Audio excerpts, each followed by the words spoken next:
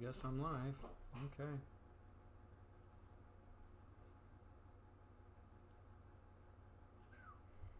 Okay.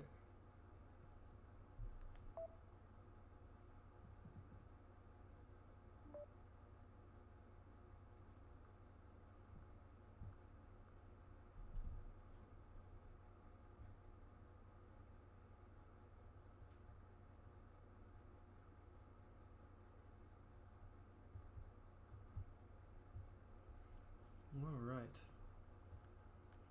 Well, I guess the only other thing to do is to share the stream. Copy link. Go over to Discord.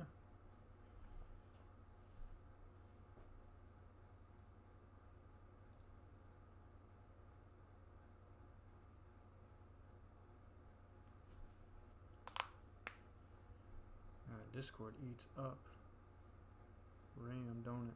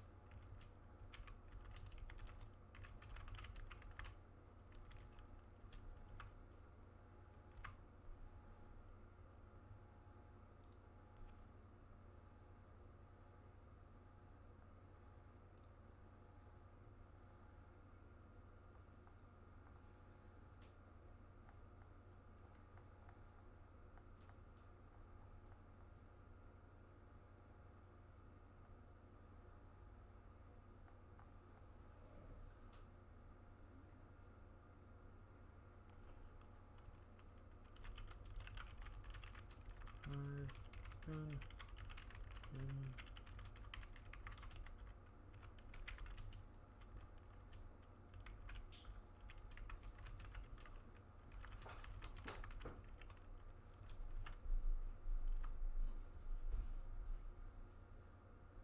Kind of, so you let me share on yours. Put this in the uploads.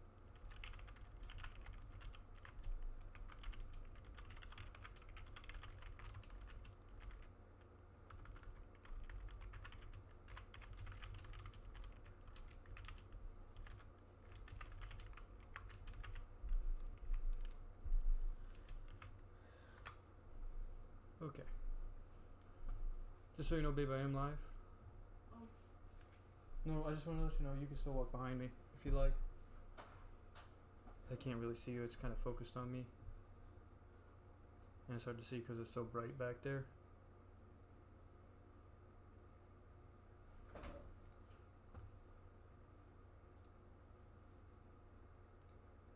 Okay.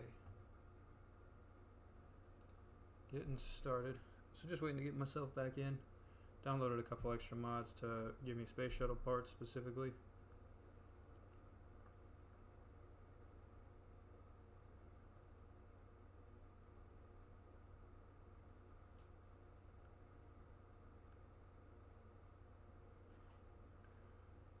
Alright, setting up my chat watch.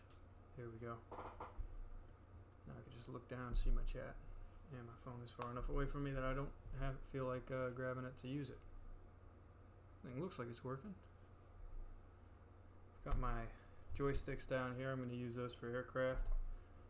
Goals for today, let's think. So I just got into low Earth orbit. I think our goal should be to kind of expand that. Get a couple of the other satellite contracts done.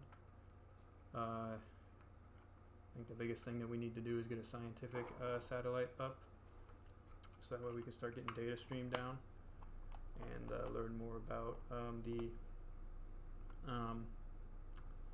low Earth orbit environment, the space environment. Then, once we finish with that, we should be able to try and make an attempt to launch deeper into space. Something along the lines of a lunar impactor or a flyby should be something that we're capable of doing once we get a little bit more unlocked. Not sure how much we're gonna actually get unlocked, but I am doing pretty good. This game mode that I'm playing, it is on easy for right now because I'm not very good and I'm just learning still. But I think once we get started, once I get myself through, I'll start really getting into it.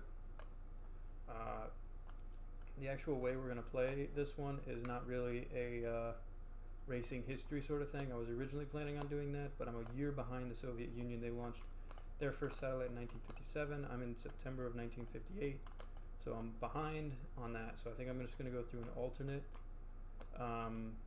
where now the goal of the 60s is going to be humans in low Earth orbit and a space station instead of a the lunar missions like we did in actual history. We are going to expand out with our human exploration, with our uncrewed exploration. Our space probes are going to be making.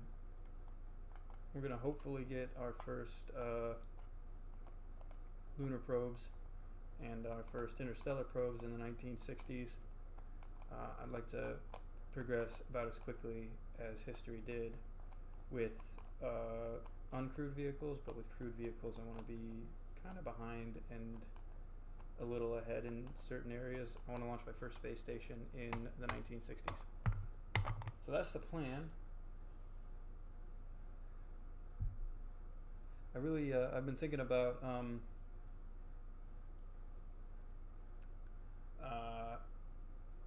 using the old hardware like the Apollo and the Gemini for different aspects, specifically with the use that the Shuttle ended up being used for. I've been thinking about a modified Gemini service module that would carry parts and tools to service low Earth orbit large satellites that they don't want to have to relaunch, such as weather satellites or low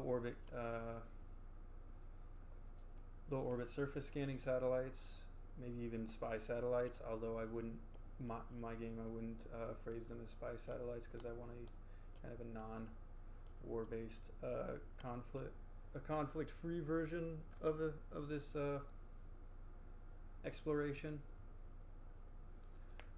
And then eventually the modification of the Apollo spacecraft with I had this idea of a modified lunar module ascent stage that would get rid of the engines and a majority of the fuel tanks and would instead replace it with robotic arms, tools, and they would use the lunar module ascent stage as a airlock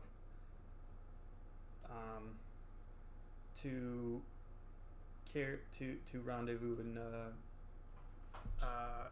attach themselves and grapple satellites for repair, specifically large space telescopes and large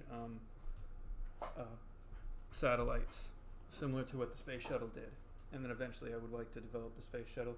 I want to have the space shuttle by the 70s, but then at that point when the shuttle is handling low Earth orbit, I then want to take Apollo to the moon and start developing and expand to the lunar economy,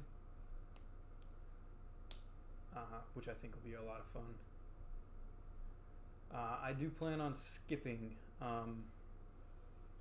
the Mercury program. I might replace that with Dinosaur or Gemini. But a lot of the suborbital and early single crew space research that we're going to do is going to be using the X-15 program hardware instead. Just thinking about it, Gemini in real history is an incredible achievement, but just in my own opinion, I don't think it was overly useful, not in the ways that Gemini or Apollo were useful, as Mercury was kind of just go up, stay up for a little bit, and then come back down. Those sort of goals could have been accomplished in the Gemini program. if an extended Gemini program were to occur, which is what I'm going to do.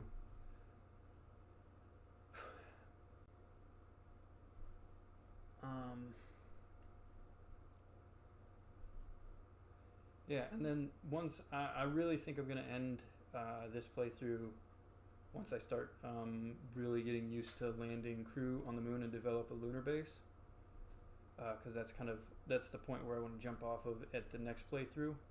I just want to get to that point first before I start before I make the game harder. I am playing with Principia and a couple other mods that make things a little more difficult. So it'll be a challenge to learn how to rendezvous and dock. I'm basically going to have to relearn how to do everything, which is going to be fun. It's one of the reasons why I wanted to do this, because in stock KSP, it's just too easy for me. If you've watched my most recent video, which I recommend you go watch it, that's the big thing that I want to push right now, is just go watch my most recent video, because that really shows how I've progressed, where I'm building. I mean, if I've got to the point where I'm building and landing space planes super easily and trying to make it harder for myself, then I guess it's time for me to move up to the next level, which is doing Realism Overhaul. I'm not sure where I want to go with the channel at this point, because I've kind of, I found my niche kind of in the style of video that I want to make, but I'm just trying to think about what the next videos that I want to make are going to be about. My girlfriend has told me that I should make a response video to moon landing conspiracy theorists, starting with Shane Dawson, which I plan on doing eventually. I think that'll be a really good video to make. I also want to keep making videos about space history and about space engineering and space science, but keep it centered around Kerbal Space Program and video games, because I think that's a fun way to, I know how to use these, because it's easier than trying to model my own in Blender. But it's difficult to, it can be difficult to find, it can be a little difficult to get used to.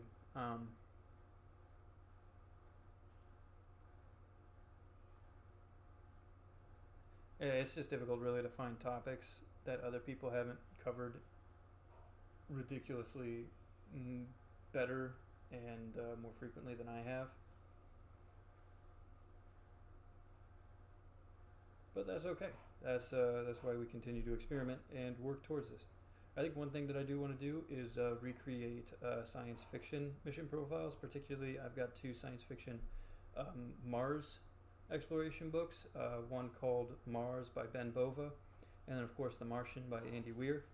They're really really good books, and I think I want to recreate kind of the first journeys to Mars kind of missions, and talk about the difference in the hardware and what was required for these missions to succeed, at least in the context of the book. I've also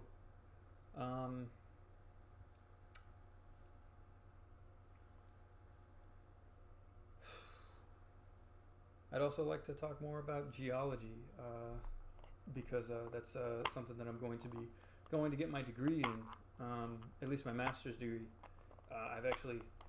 Me and my girlfriend have fleshed out, my girlfriend, Avalon, I should probably say her name, not just call her my girlfriend, right? Avalon and I have been talking about me going to college next year. I'm going to start getting my pilot's license next year, which is an exciting thing that I'm going to do. In fact, tomorrow I'm going to be calling up some hospitals that do FAA medical examinations, so I'm going to try and get that done. Because I know I can pass the medical examination. I've done the military medical examination twice, and if it's anything like the military examination, or any easier or as difficult as, I can pass it easy. but I'm also planning on going to either my local community college or one just a state over, because I'm right on the border of Nebraska and Iowa, to get my gen eds done before I go to. I've planned on going to Iowa State University to get my bachelor's degree in aerospace engineering, which is something that I'm very excited to do, because not only is that the alma mater for Nebraska's other astronaut, that's in Avalon was really. I was about to go to University of Nebraska-Lincoln to get a computer engineering degree because it was going to be cheaper, but I realized, thanks to Avalon's pushing, that if we play our cards right, not only will it be just as cheap for me to go to Iowa State University, but I'll be able to go for a degree that's within my interests. I mean, engineering in itself is in my interest, but this one specializes in something that I love, aviation and space technology. So aerospace engineering is going to be what I get my bachelor's in, and then I'm going to move down to Houston and get my master's in geology, although I haven't quite planned out how I'm going to do that. Yeah. I hope to start working for NASA either as an intern while I'm at Iowa State University, or shortly after, once I get my degree, because that is really the ultimate goal of any space nerd, is to work at NASA. I've actually thought about a while ago just biting the bullet, moving down and trying to get a job with them as a janitor or something, just at like the visitor center.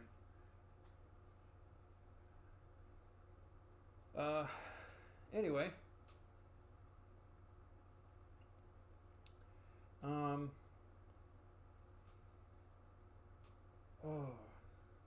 been watching a lot of replays. There's a channel called the I can't remember the name of it at this moment, and I'm not going to grab my phone to pull it up because I don't want to grab my phone and lose it. It's the National Space Institute. That's what it was. They have a YouTube channel where they have a playlist of all 135 space shuttle flights, kind of in order. Is the post-flight press briefing where the astronauts themselves basically show a short little mini documentary showing videos and photos of what they saw and did during their time in space aboard the shuttle, and it was really cool and interesting to watch. And I think one of my favorite ones is I think it was STS-51C. I think that one was called the Ultimate Shuttle Flight, and this is one where the space shuttle went into space. I can't remember which one. I think it was Discovery, but they flew into space. Naturally, it's the space shuttle. They didn't do this all on the ground. They deployed 2 satellites. Then they grabbed a couple. They rendezvoused and docked with 2 separate satellites to do maintenance on them. And the cool thing is the astronauts. This was during the time when they had the MMU. And the astronauts had this little device that they would attach to the MMU they would plug it into the nozzle of the defunct satellite, crank it up so that way they could lock themselves in, de-spin the satellite with the MMU, and then gently push it back to the space shuttle where the shuttle arm would grab it. And I think that's so cool that they flew untethered out to the satellite, got it out of its spin, and then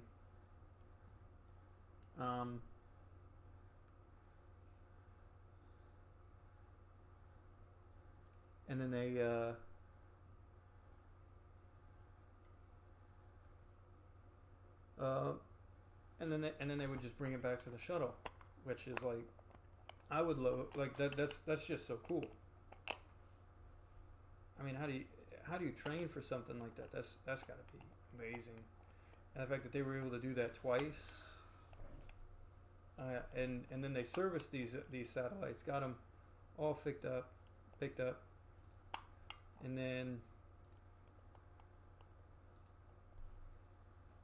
once they did that, they released them again, which is like, wow, that's pretty. I mean, that's just amazing. Like they I mean, one of the things that bothers me about movies is like when astronauts fly untethered, and they have like no safer backpack. They've got no tethers tying themselves to the spacecraft. That's one of the problems that I always have with them. And so seeing that astronauts, I mean, they had the MMU, but still they flew untethered from the shuttle to grab a satellite that weighed significantly more than them, and then they just brought it back. And they did that multiple times. They did that a lot. Like, that just is amazing to me. I love that, and those are the kinds of stories about space that I love, and that's why, I don't know, I've been thinking about servicing satellites, and I'm always thinking about that kind of thing. So we're coming into the NASA career. I've just gotten into low Earth orbit, so you missed that one, but I'll show you the rocket that did it, because we're going to modify the one that did it so that way it can carry some more science payload.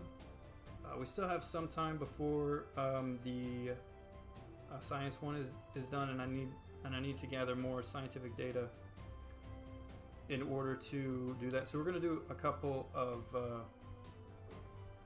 supersonic flights with my X1 model, which I call the Supersonic Research Aircraft, or the SSRA. For right now, everything that I say is going to be, like, everything that I designed with this is going to be with just the acronym of what it is, rather than giving it a clever name. I'm going to do that when I start producing.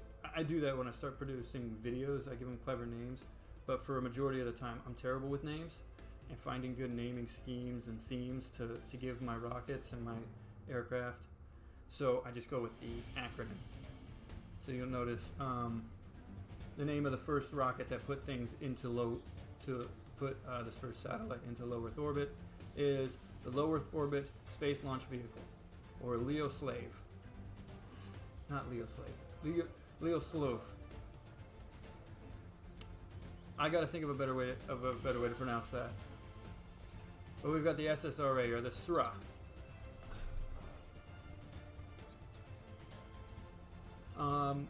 Yeah, we're doing really, really good. I got to think, what am I going to do? Let's first see if I need to buy some parts. I think I need to buy some orbital. Yeah, this one right here. 1956-57. So there's some rocket parts in here that I need to buy. I think we can probably buy the vernier exhaust engines. I don't want to buy any of the Russian rocket parts. I could probably buy the LR series, because these are American, aren't they? Yeah, they powered the Atlas, so let's buy that one. Let's buy the vernier exhaust. That was used in Black Knight. LR 101. Nova. We do want to start getting ready to build Atlas, because Atlas is going to be used on the Vanguard. I don't know if I want to buy that one. I think we've got the rocket parts that I really want to buy here. Satellite era, material science. Have I got all of these? I think I do. No, I don't. That'll get me these. I think I got the balloon tanks from this.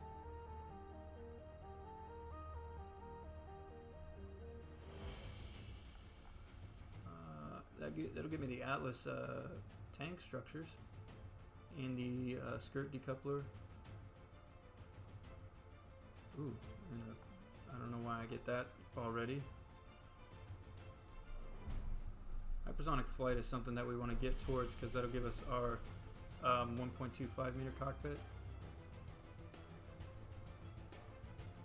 Lunar orbit capsules. Are my Apollo capsules in the second generation?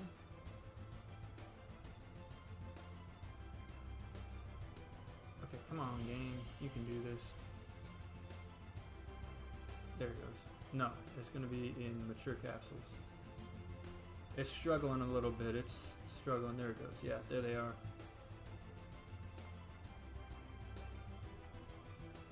Let's see here. We got effective space planes, space shuttles. Is this where we're going to find the space shuttle parts?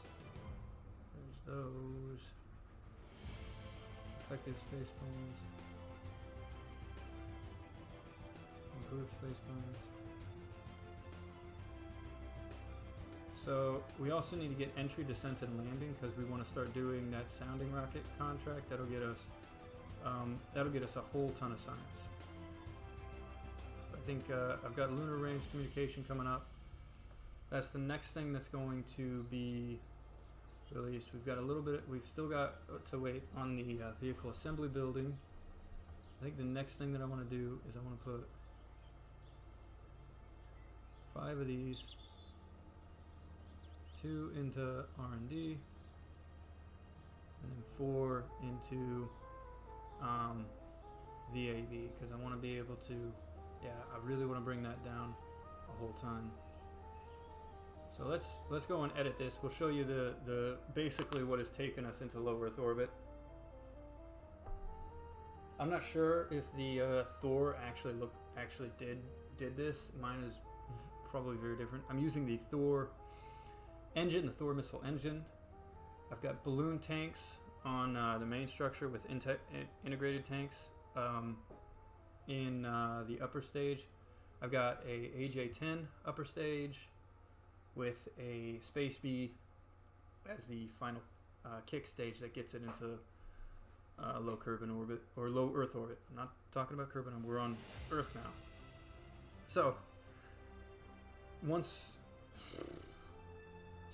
and then I think with me buying more parts from, I think I could probably modify this so that way we can get more burn time out of it, so we can lift heavier payloads into space. And we have 81,000 to do it. Let's see here. Check out engine GUI. Yeah. This thing has 135 seconds. So now we can really get this thing going. 135 seconds.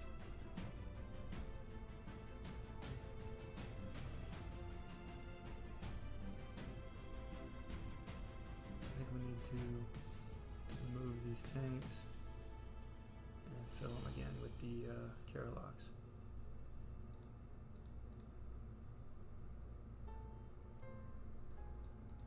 We're probably going to have to build the new launch pad. We're going to cancel these edits, come back in. We're then going to, because we need to make some more edits to it. I forgot to make some changes that I needed to make to the rocket itself that was required to get the first one into orbit. Just so you know, I am allowing myself to revert flight. I know that's kind of cheating when you have some parts like part failures, and being that I've gotten myself into low Earth orbit, I think it's okay for me to. I think I'll be okay not reverting, but to get myself into low Earth orbit, I was really serious about it, so I did revert flight for a little while. Yeah. So I got to get rid of these because they cause some serious issues.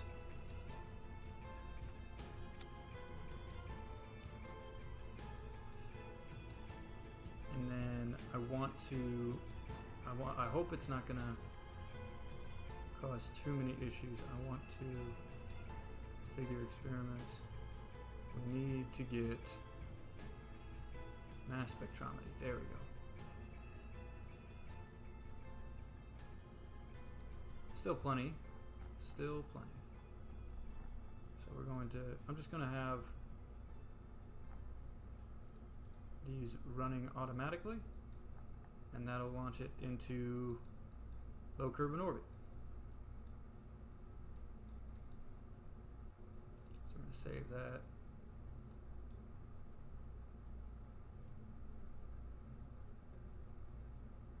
Where are the save edits on this? Did I need to do that? I thought I did that to this one. I must have not. Must have jumped back into the VAB. Well, we'll go back to that one because I do wanna make some modifications to it. So let's come here, edit it.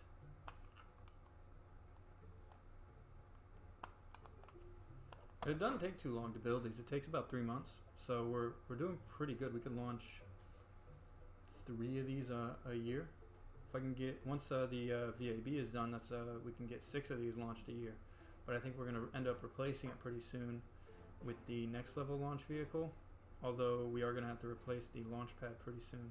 Well, we have to replace the launch pad now. So I think we're going to. I should have probably done that while I had money. Okay. So I gotta get rid of these because those cause problems.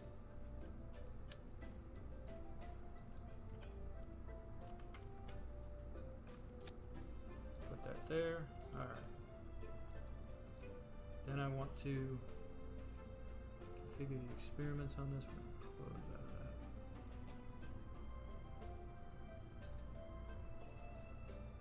And I just want the mass spectroscopy. There we go.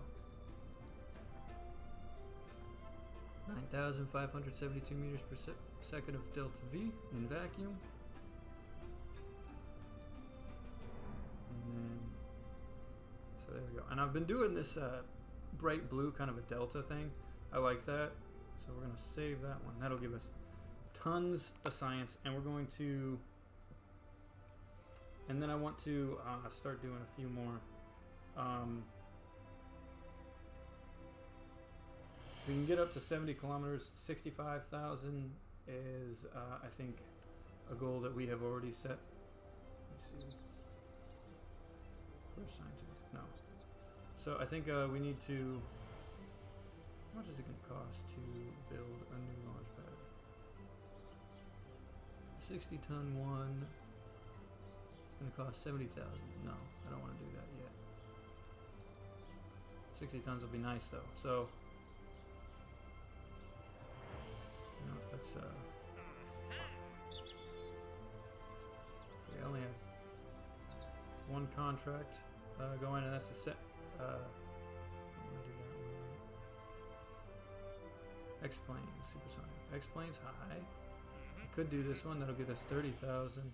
This one will get us 34,000. Plus an extra 10,000 if we land on the runway, which I've been doing rather consistently. This one has us go to 65,000 meters. This one has us go to 50,000 meters. I think this one's more achievable. It gives us basically the same amount plus the extra 9,000 for landing on the runway. So we're going to accept this one, and it gives us that front. So then we're going to build a new launch pad, level 2. The level 2 launch pad is going to be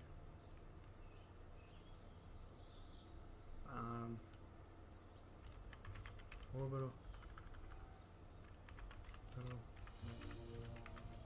1.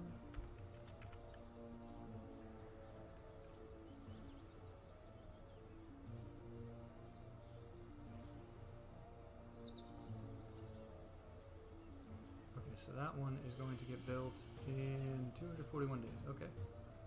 That's awesome. This one gets finished in 34 days. So, 50,000 I think is possible. I think one thing that I want to do is I want to extend the fuel out a little bit on this. Because we barely get above 45,000. So I think if I extend the fuel out a little bit, then we'll be able to reach that 50-kilometer mark.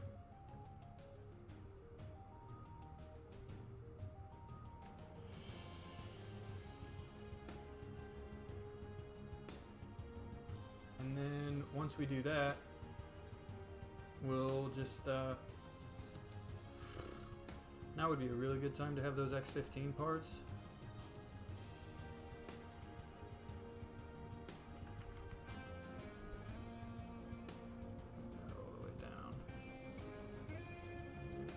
2 engines. Anyway, let's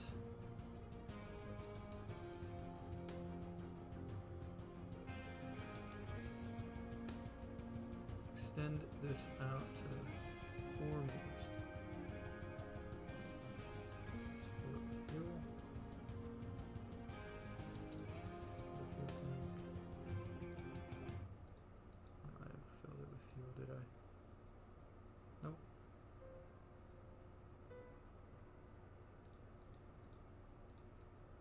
So let's take a look at the, and then take a look at it empty. Looks good. Center of mass and center of lift are nice and close to each other. I think that'll be good. Burn time is now 175 seconds. Hopefully we will, you know what I'm going to do is I'm going to make these bigger. 'Cause I think one of the problems that I've had in the past, so let's think width at the root. Let's bring it out to 250.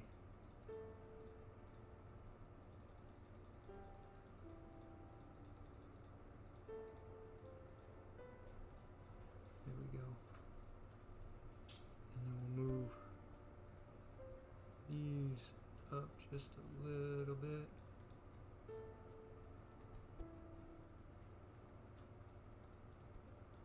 There we go.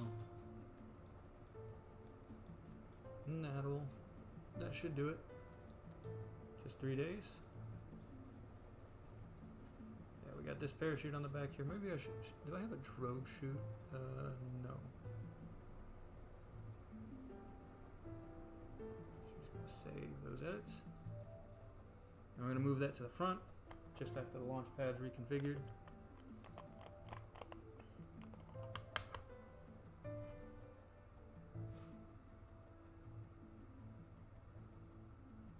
And then in about 2 years, in September 1960, we're going to have brand new capability to bring that up to the front there.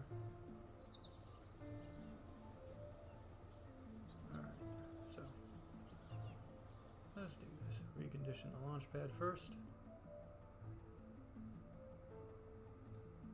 Finish those modifications on the supersonic research aircraft.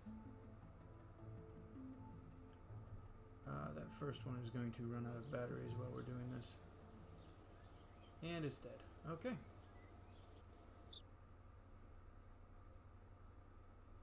Next thing we're going to do is we're going to prep it for air launch. Perfect timing. I'm going to air launch it. I like to air launch myself 100 kilometers out, but I think for this one we're going to go out to 200 because we're going to be really high up. So 200 kilometers out, launch. Armin has been our man for a little while, so we're going to let him keep it up. And it's going to automatically have me in IVA, which is nice. I like that. I like to fly this in IVA, but I will switch to the outside so we can make sure everything's good. I've got... It's definitely not going to look like 1950s technology with the interior. Which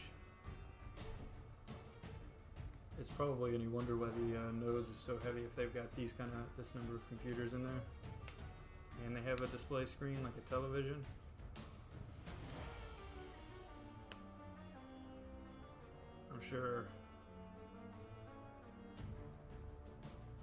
I'm sure that must have been real expensive to produce.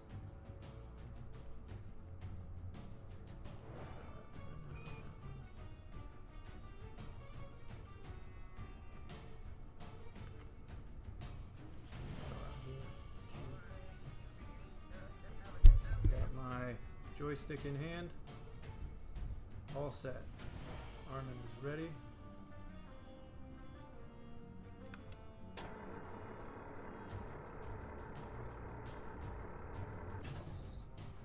Three, two, one.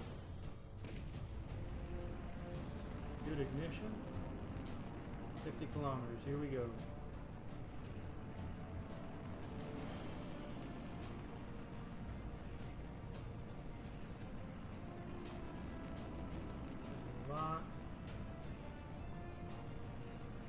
try and get this up to 45 degrees.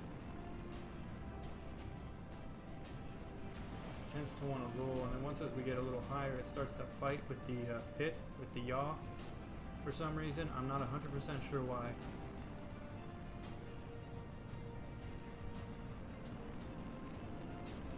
But we're on our way now.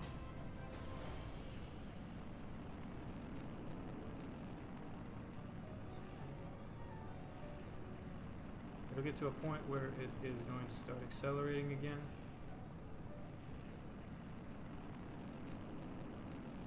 Really want this to stay at 45 degrees, so we have to let it come down just a little bit.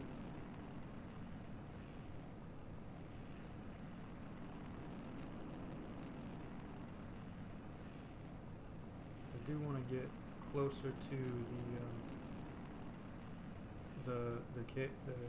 it's not the Kennedy Space Center yet. Kennedy's still alive. In fact, he's probably become president. Yeah, he's already president. And in 1960. No, he's not president yet. Hello, how are you, Tom? Tom Puma? 62. I think he becomes president in 1960. Yeah, probably yeah, it was 1960 was the election year. I need to keep pulling up, come on. As we get thinner air, it gets harder to fight it on the pull down, because that's the direction that the nose wants to go, because it's front heavy, which, if you know anything about aircraft design, I took an aviation maintenance course, and they said that it's better to have your aircraft be nose heavy than tail heavy. Because it's nose heavy, it's still controllable. If it's tail heavy, you're gonna die. Okay, almost there. We're not really almost there. Just about 15 kilometers left to go. We're about halfway through our tank. Let's hope that it keeps pushing us up as long as we can. We are getting better thrust to weight ratio now that our tanks are almost empty. If I can get above 45 kilometers, the engine's still running, I think we'll be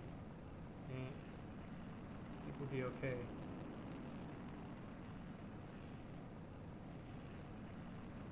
We're starting to get that weird, yep, there it is. Okay. Now I've got to start fighting it with the yaw, because otherwise we're not going to get very far, because it's going to try and flat spin us out. We're going to be in Spain without the A.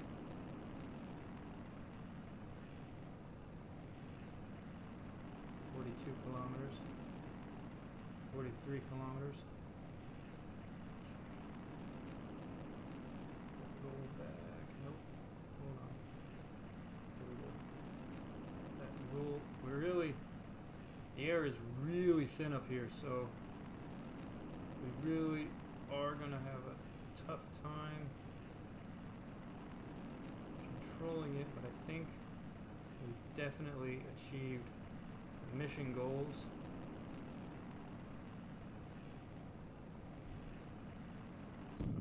Alright, we've burned to completion.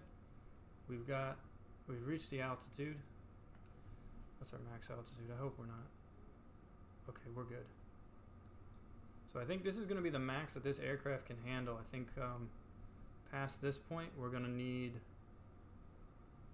the X-15 parts in order to do this. We're going to throttle ourselves back. Turn the brakes on here. See how we did. We didn't reach our new crew altitude record. But let's see. X-plane highs, reached 50 kilometers. Land or splash down anywhere, we're not going to do that. We're going to get that land on the runway with a descent angle lower than 10 degrees. That'll be the one that's a piece of cake. That's an extra $9 grand for us. So let's try and line ourselves up with that prograde marker, because I want this to be as smooth as possible. Here we go. I am flying with a joystick. I'm flying with a Thrustmaster HOTAS, the PlayStation version. I'd show you, but I don't want to take my hands off of the controls because we're in descent right now. You can see the entire Florida peninsula right now. I'm gonna put this in chase. It'll be easier in chase. Okay.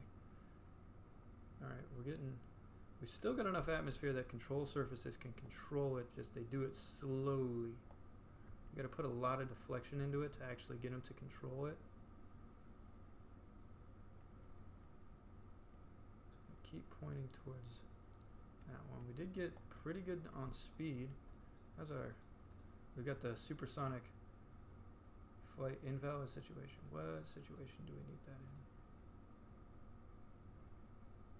in? Minimum surface speed 1.2. We've got the crew, we've got the minimum surface speed, and we've got the minimum altitude. What's the problem with the situation? Are we too high or are we too fast? We're probably too fast. There it goes.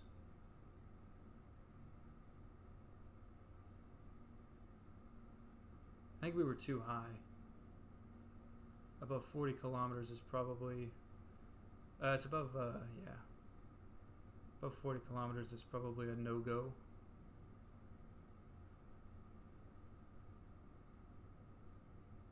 Okay, so we want to stay above 10 kilometers and as fast as possible, as long as possible.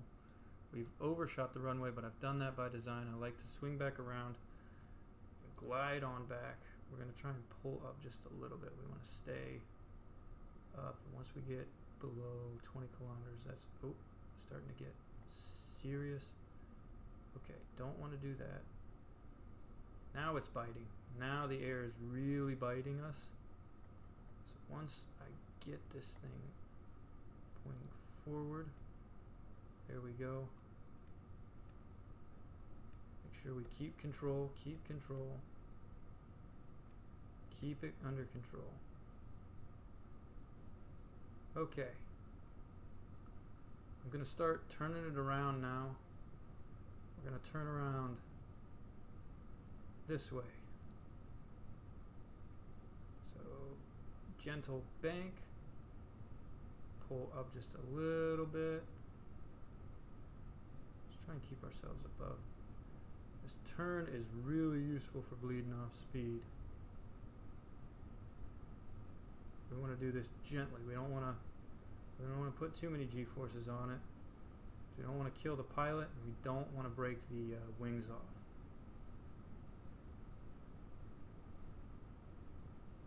That's why we have this gentle turn, gentle wide turn.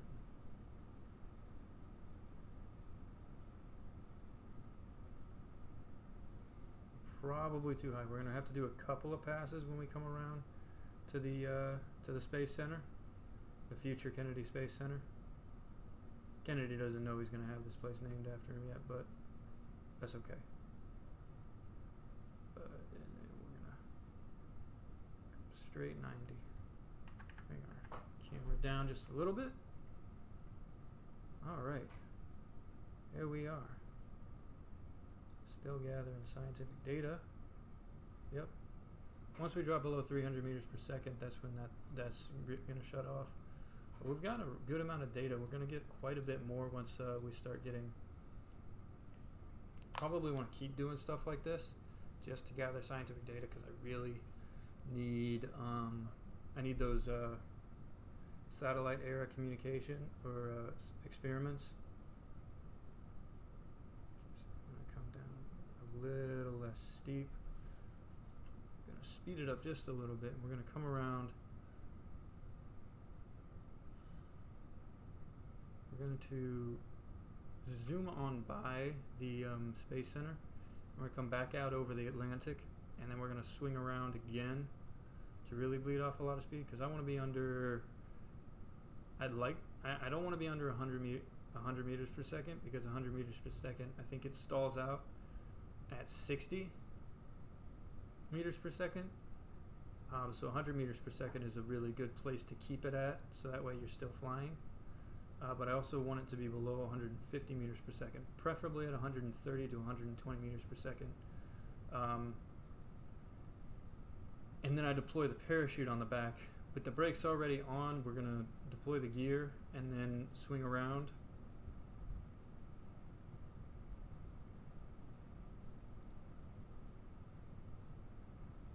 But that's the strategy that we're going to have for landing. But that's worked really well in the past, is landing below 150 meters per second, but above 90 meters per second.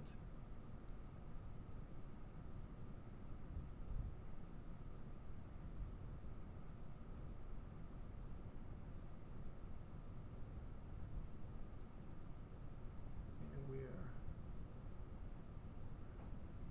okay.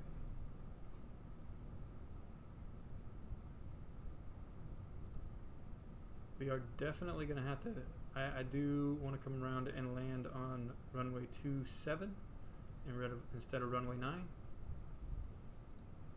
Which, if you didn't know, the number on the runway means which direction it's facing. So runway 27 faces west at direction 270, and runway 9 faces east at 90 degrees from north. So naturally, runway 0 is, or 36, I'm not sure which they would actually use. I would use runway 0, is going to be your north-facing runway, and runway 18 is going to be your south-facing runway.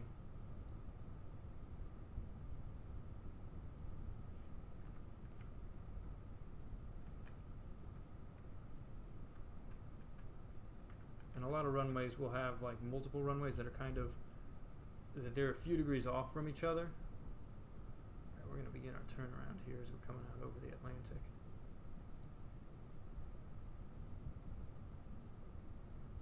So my goal here, like what I'm doing when I'm making this turn, is the rudder actually does input a little bit of a roll. So I'm trying to maintain the same angle of bank. I'm using my elevators to control both my my angle of attack, so that way I can control how hot my altitude, and it makes me turn slightly faster. So we kind of bank gently, do a little bit of rudder, roll slightly in the opposite direction to keep that same angle of attack, pull up just a little bit to increase our turn rate, but also to maintain altitude. So I want to maintain this altitude, because as we turn sharper, we're going to experience higher, as we turn sharper, and if we add more rudder, it's going to start adding, if we're banked too far over, we're going to, it's going to end up pointing our nose down. Okay, so we're going to get there. We're going to line up. I got it kind of gently. Gotta watch it. Okay, it's okay if we cross over just a little bit, because we're under at 150. We want to pull down just a little bit. Maintain, there it is. Deploy the chute, and brakes armed, chute deployed, and we stopped. And look at that, we've got the X-plane's high, which gets us to 25,740, and then we've got the X-plane high land on the runway with a descent angle lower than 10 degrees, which gets us an extra 9,000 funds. We can just recover that vessel. Good job, Armin. So yeah. Can you believe I'm not actually a pilot? I wish I was. I really do. I'm really good at this. I think that I would make a really good pilot. I love doing stuff like this, like being on the edge of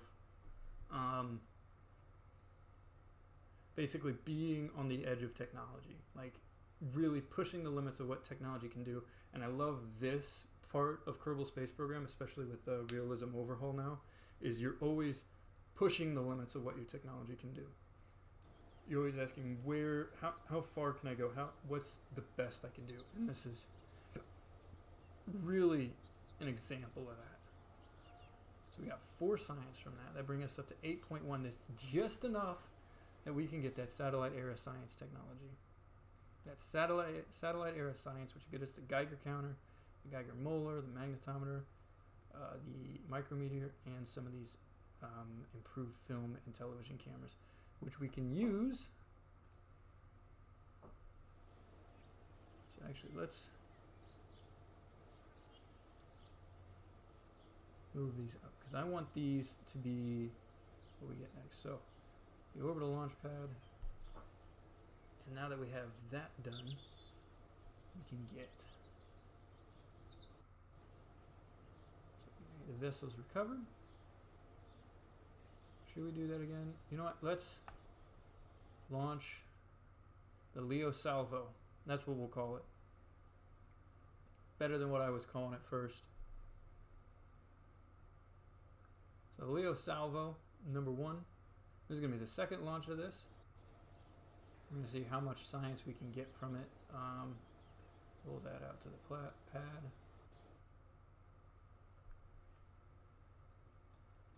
I want to launch this in daylight. There it is. That's what we want. That vessel is complete. So we're not going to get a lot of money out of this, but hopefully with the amount of time that it spends in space, it'll get a ton of science down to us. And then eventually science won't be something that we have to worry about anymore. Hopefully. We just need transmittable science, which is something nice about this. We do have recoverable science that we could start doing, but I want to get, I want to actually make money off of that, because and we can use this. And then once we launch this, we'll start developing the next era of orbital launch spacecraft, which I think is going to be the Atlas. I'd really like to develop an Atlas, because the Atlas 1 is going to be really useful. It was the vehicle. So here we are. We've got our Thor, our lunar, our low Earth orbit space launch vehicle. I'm going to open up Smartass, surface, and to 85. We're going to launch in 5, 4, 3, 2, 1. Lift up.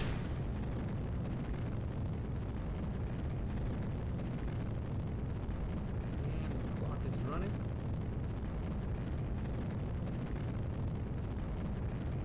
Pitch over maneuver.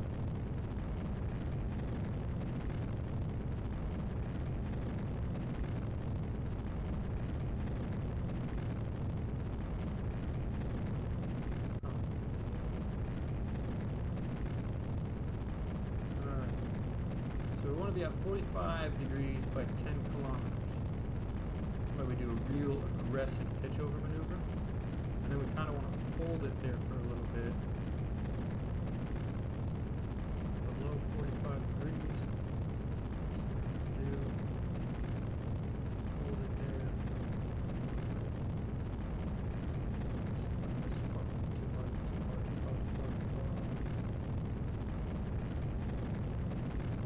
We'll get higher. Otherwise we lose parts. Heating.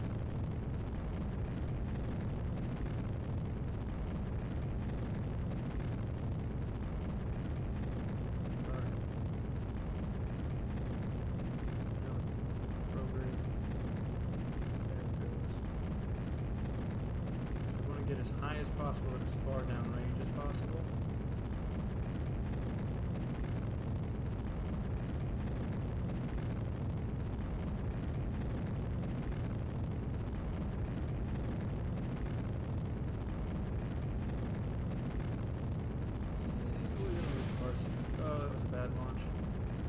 See if this is going to be okay, though.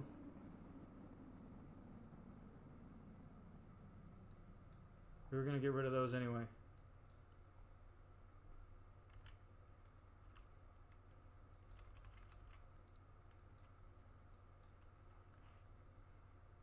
Oh, I gotta... See, that's still there. I don't know why that is there. Okay. So...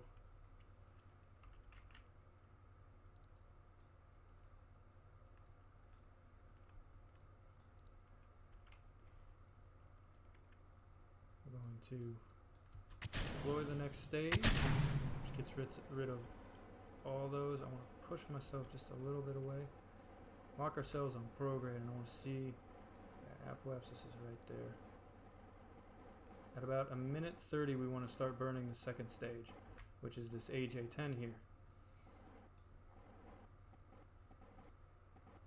Oh, we forgot to get rid of that.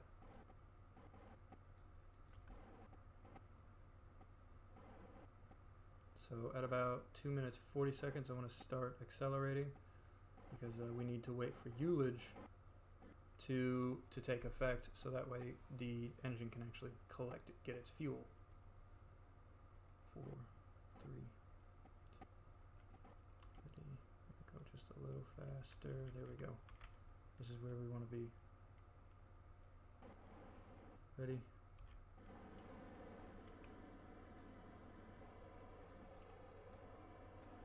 See this? It's gonna turn yellow pretty soon. There it is, yellow. And there's that.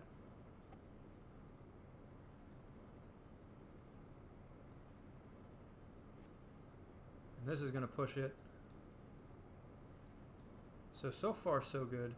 I've heard bad things about this AJ10, that it's really prone to failure. And I'm gonna say that and then it's gonna fail on me, and I really don't want it to.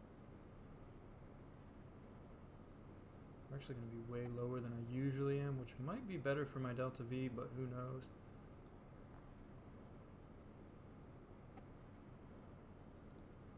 This thing actually has so much delta V in it that it gets way higher than I really need it to. We're getting good data down. I don't know why that was stopped. I was going to keep this telemetry analysis going. So we're just going to burn this till completion.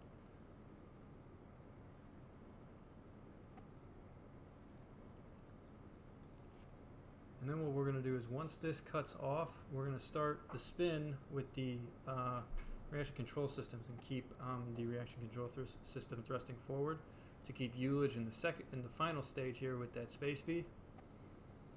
And then the space B is going to push us the final bit into orbit.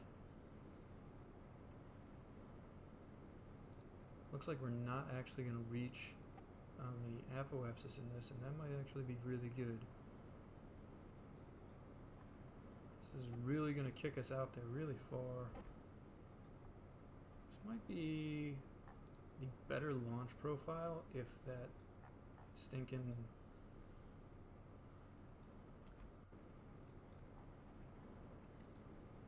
if that ridiculous those fairings would okay.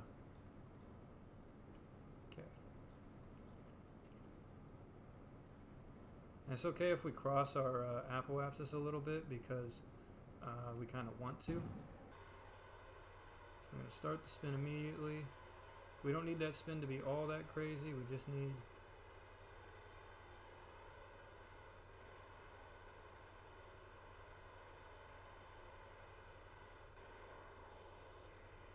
and... fine. So that'll keep it on prograde for right now.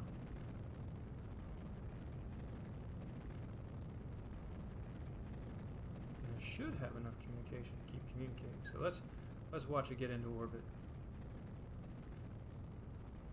This is the number we really want to watch right now, although this number is going to get crazy big, because I'm not going to shut it down. I wanted this thing to burn to completion, till the tanks are empty.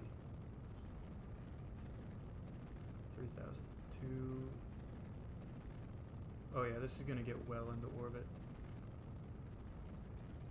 So this will be our second satellite launched into orbit. First one recently ran out of power. 195 by 696. All right. Let's see here.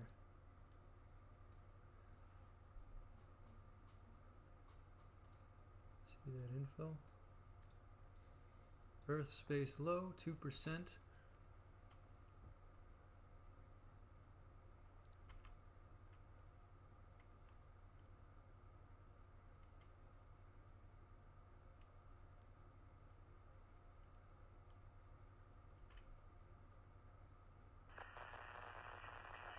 We lost communication. Why did we lose communication?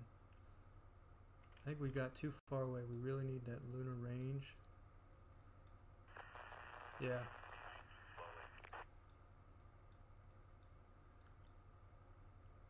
I think we lucked out though, because the Soviet Union is apparently. Yep. We're over the Pacific, or I think we're over the Indian Ocean right now. So we're going to lose communication every now and then. If we get lunar range communication,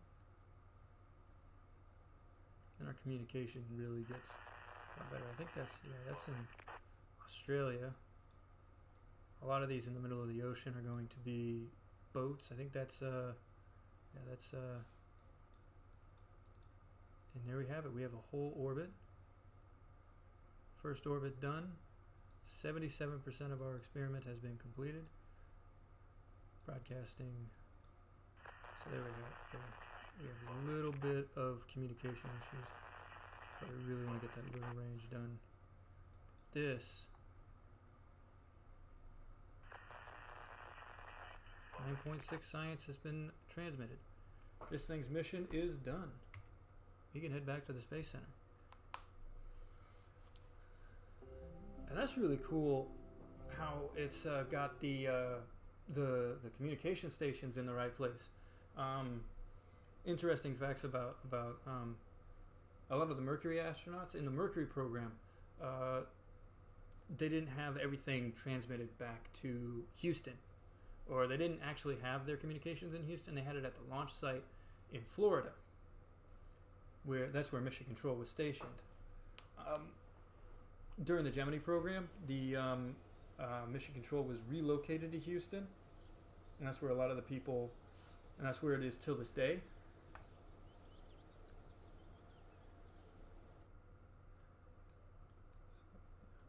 Okay, that's, ooh, we need just a little bit more. I think if we do a couple, let's, I mean, are we able to? We got 55 kilometers on that last one. This one's high. We can do this one. This is one that we can do. And it'll get us more science of that supersonic variety.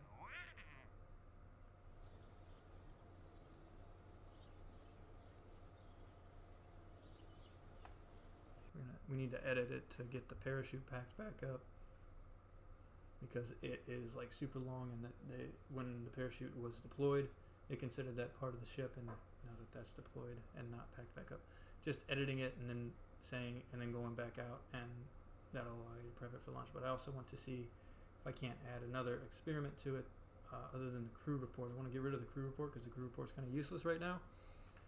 We're doing supersonic flight, and I think hypersonic flight will be an interesting experiment to run, and I wonder if we can add that to it. No, we can just do supersonic flight. So we need to move this engine here, and we are good to go. So yeah, that's all we needed to do.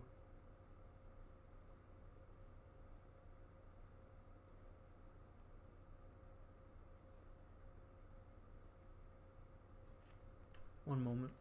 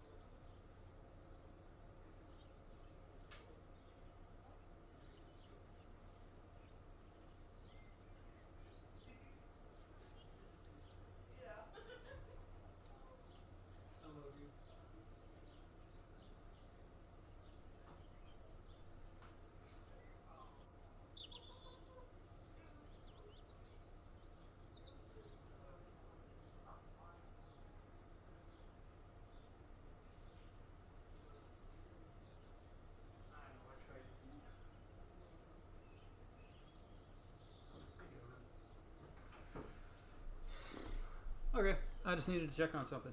So we're going to be doing another. We're going to now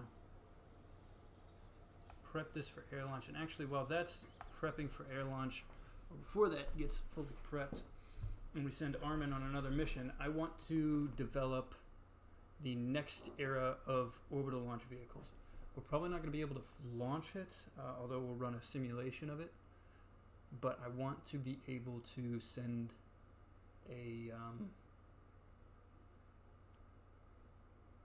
I want to be able to send payloads into deep, deep space, like high orbits. That'll get us even more science and carry heavier payloads into orbit. So, first thing we're going to do is I'm just going to develop the launch vehicle off of this. We're going to do that upper stage that I was doing. I got to think of a cool name for that. So we're going to do integral modular tank. We need that at 1.25. We're going to do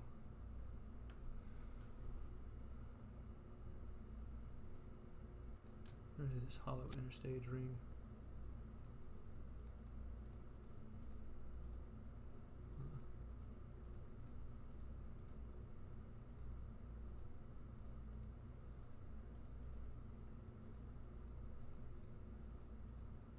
So this stage here is actually one that I want to get into orbit, because I want to be able to use this to. So we're going to put that top at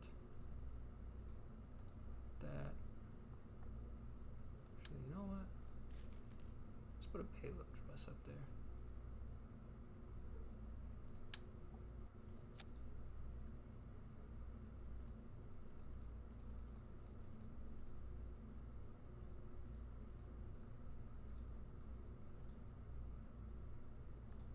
That's up.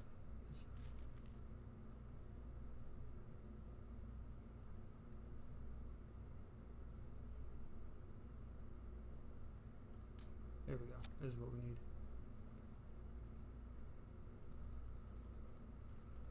1.25.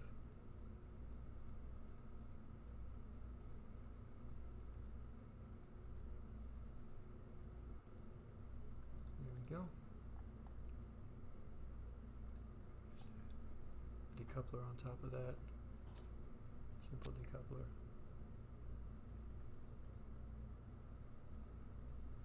There we go. So this one we're going to need that high pressure tanks.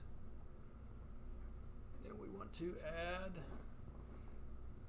the AJ10, the early AJ10, because that has been working really well for me. Actually, we want to get rid of this decoupler because I would rather. So we're going to fill this with UDMH. So this thing has a burn time of 115 seconds. All we had to do, bring that like 164. Oh, one thing I need to do. There we go. 375. That pushes it right onto the edge of that 115 seconds. Next thing I like to do, radial tank.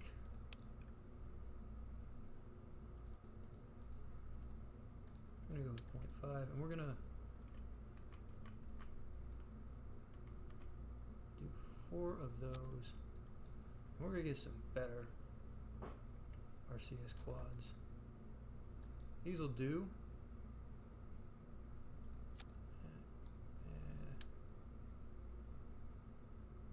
Right there.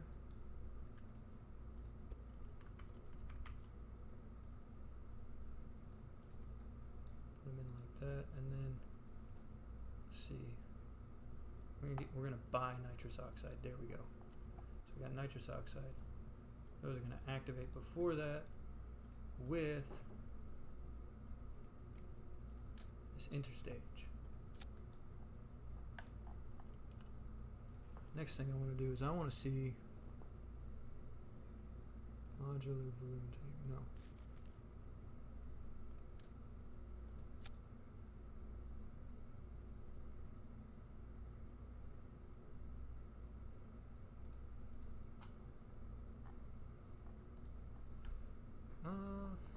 I want to see. And you know.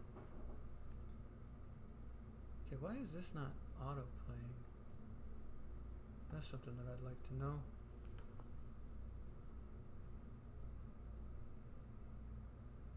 Need to get my music back. I know it's been real quiet, and so. No, that's not what I wanted to open. Get rid of that. Loop playlist. Shuffle. We're just going to click on the first one. Okay, so I want to find out Atlas 1.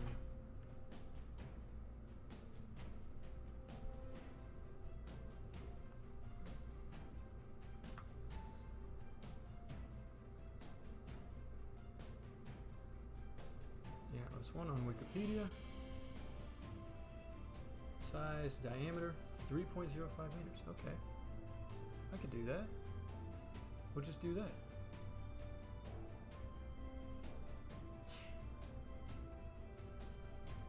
.05.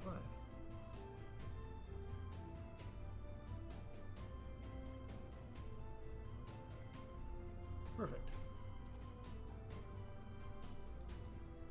Does it even need length at this point? Nah, it already has it all. So we're gonna do that. Where's that? Dome A. There we go. That's that nice Atlas dome.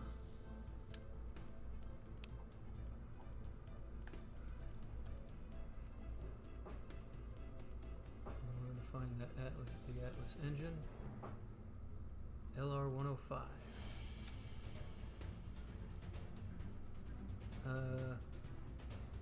Using the Atlas launch vehicle.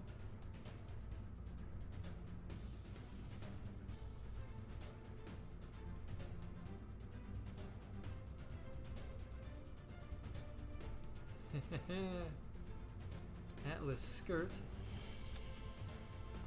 and we're going to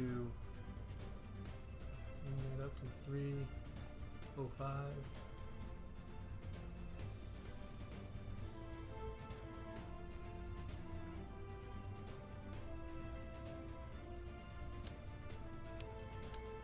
So I have to put this here.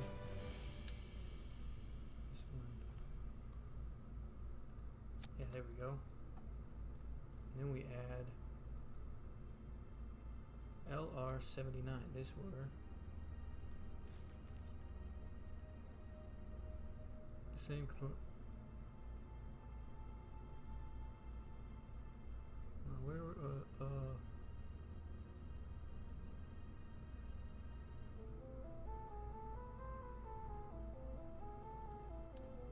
no. Atlas. Here we go. These.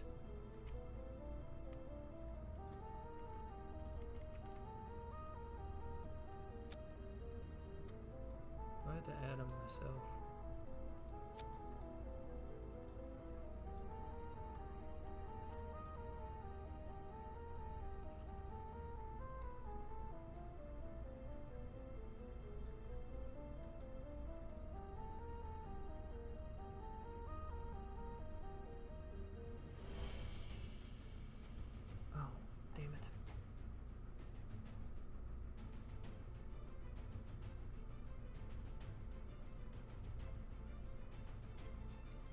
That Atlas 1 size. It needs to be exactly the size of the Atlas 1. To get that mount off. There we go.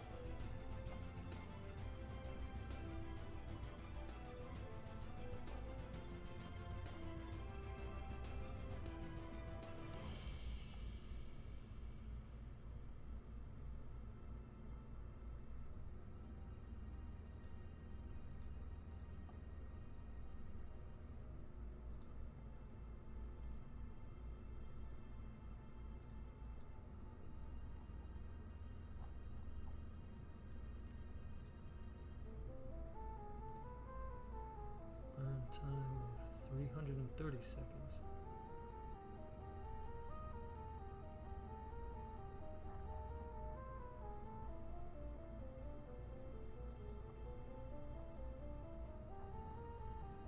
Damn, that's a lot of delta V. This thing could do it. This thing can do a lot.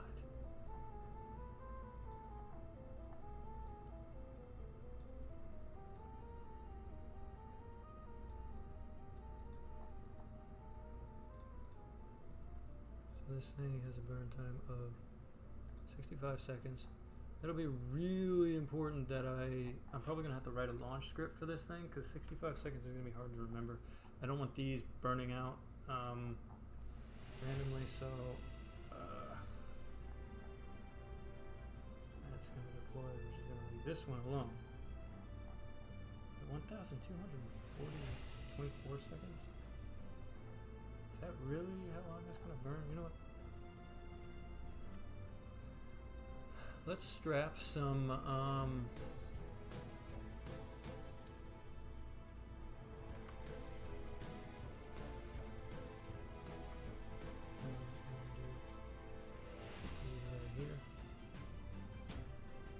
launch clamps to this.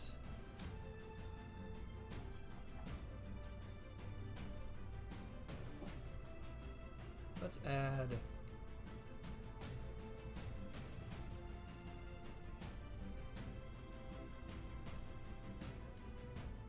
procedural service module. Thank you. We're gonna get lead ballast. I want to increase this thing. I'm gonna go with a little wider. I'm going to go up a little bit.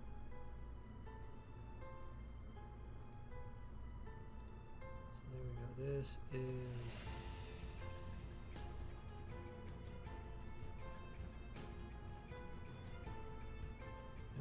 94.546 tons. Now let's add control of the mass up to 100 tons. See how that changes everything.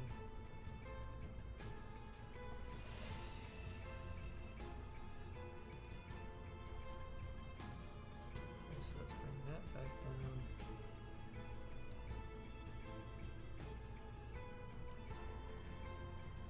So we get it above 9,400.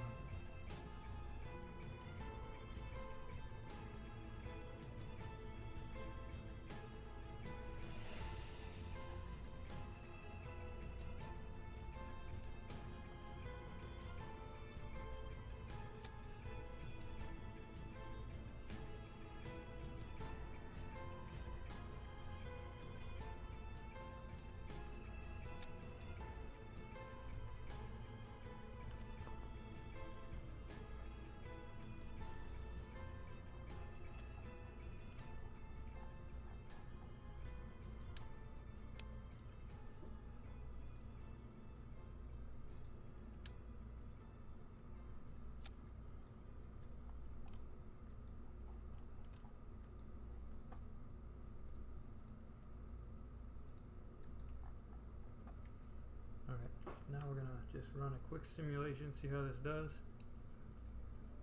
We're not actually gonna use this. I just want to see, because like the Atlas is going to be really the thing that's gonna drive. The Atlas is probably the most useful rocket. So at 65 seconds, at T plus 65 seconds, we need to ditch these boosters. And hopefully that sustainer stays attached. I think that that's how this skirt is going to work. I'm glad that they added this part as part of like Blue Dog, not really Blue Dog, as part of the RO base pack. I'm not sure which mod added these, but it is really, really cool. And if it works, it'll be really useful, because I saw what N9 had to do to build his Atlas. That was a little ridiculous. So this would probably make things so much easier. I'm going to move this over here. I'm going to start with that surface speed.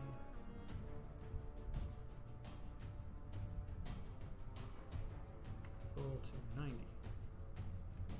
Everything at 90. So let's see how this does. Execute. 3, 2. Okay,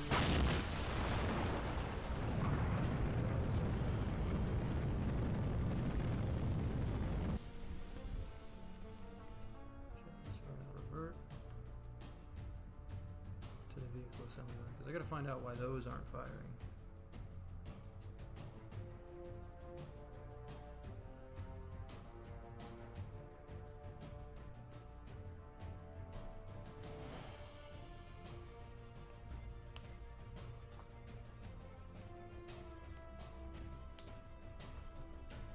I thought those were supposed to fire.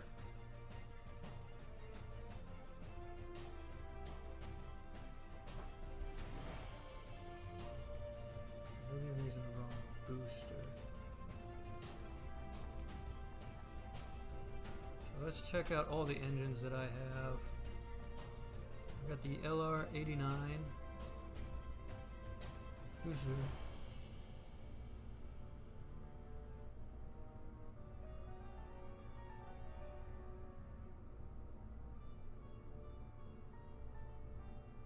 We got the LR.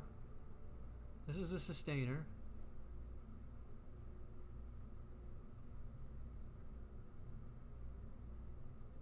It's used on the Thor.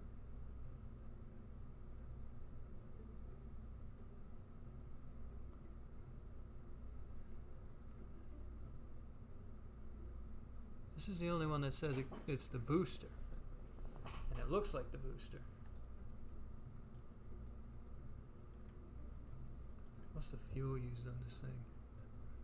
Ethanol and liquid oxygen. And what have we got loaded in here?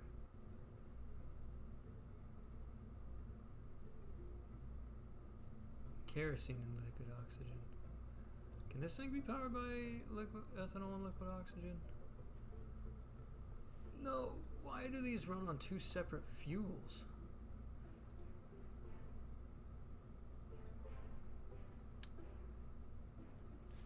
Does that mean I have to use two of these, or is there another engine that I need to have?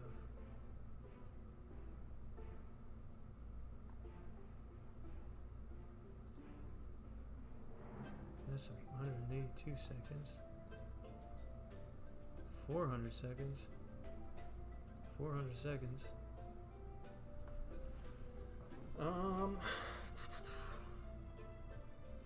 Wait, is there different versions of this?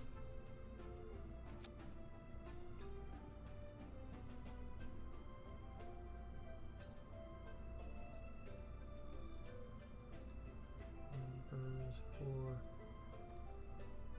These need to.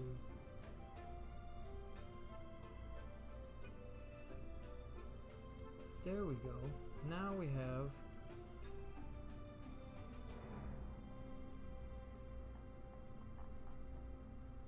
So do these.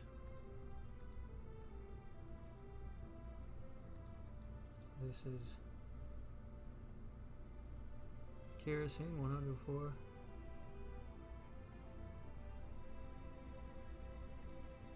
Let's see if that fixed it. I want to fix this so that way it.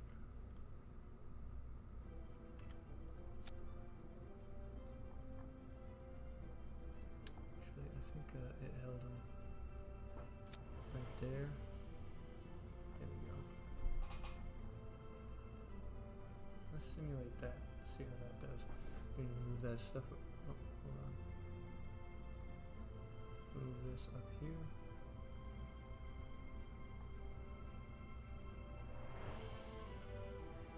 Simulate. There it is. Alright. So now we could have an Atlas, and an Atlas will just like light payloads like our Space Bee, that we'll just send that to the moon. Or and we could probably launch. No, we can't launch. We would need to have 150,000 to build the launch pad capable of launching this thing. Or we could build a mini version that is just as not quite as capable, but just as It'll be just as powerful and probably launch a little bit more into low Earth orbit. And that could be the first version of it. We could have it be 2.5 meter diameter instead of the 3.05 that we have. This thing has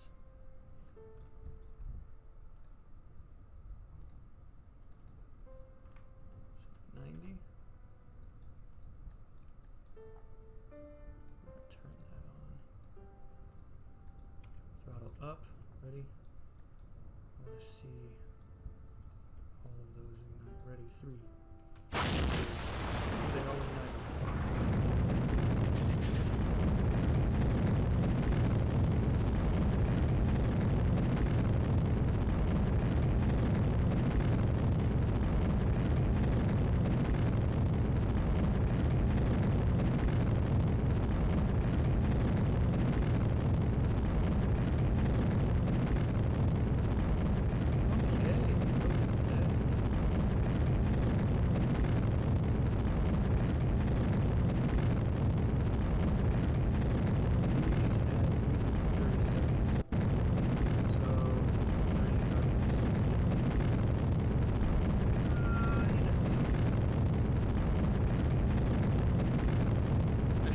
Off the top of my head, but I don't.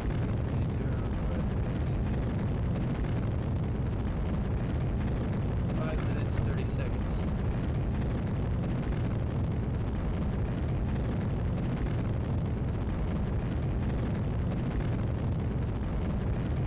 That's what we need to drop that.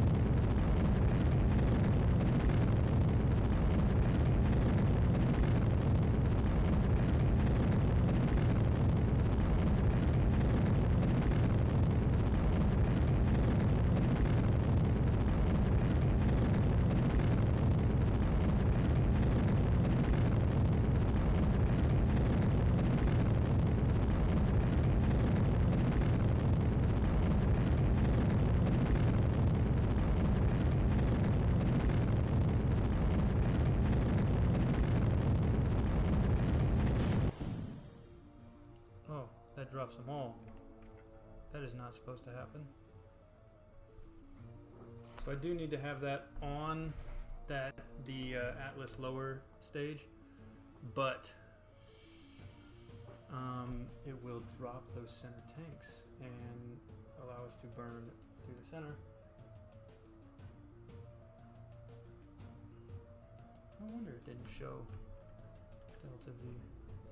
So what we're going to do is we're going to grab this, move this over here, put that right there,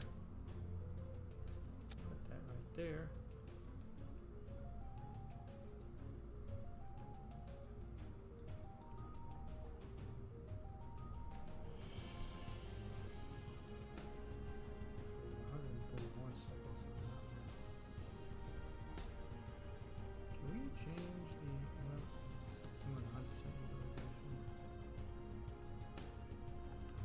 Nothing, pretty much. But this thing is capable of a lot. That is really cool. It gives us...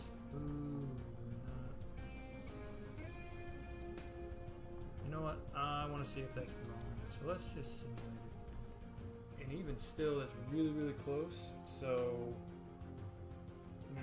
McJet does a really good job. We need 9,400 to be able to get into... low Earth orbit. Keep saying Kerbin. We're not on Kerbin. We're on Earth. This is Earth. It's a really big Kerbin with real humans on it.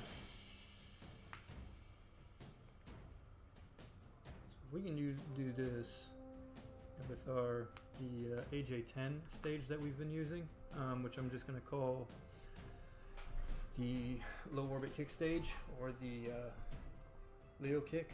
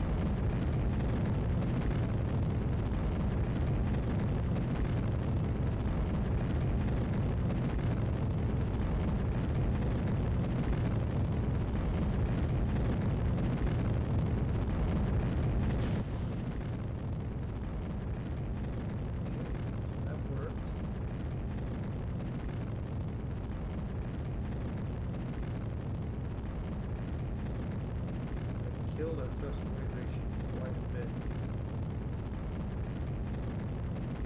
So we need to find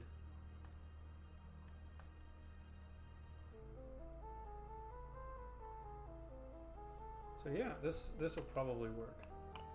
You know, I think a little bit more.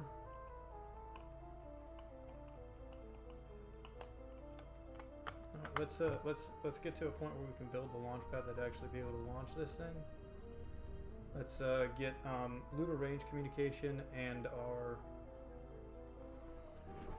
so that way we can upgrade our deep space network so we can actually communicate with Earth in deep space.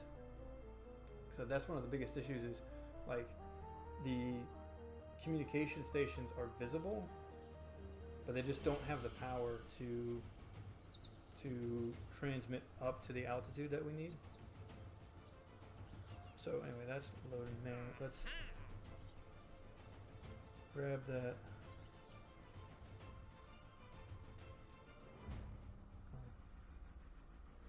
That's another one that we need to do. Recondition the launch pad.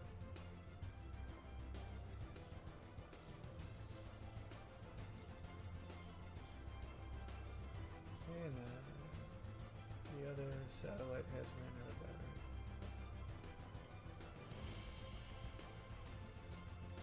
And our first batch of solar panels are coming in. So we could probably strap some solar panels on top of a new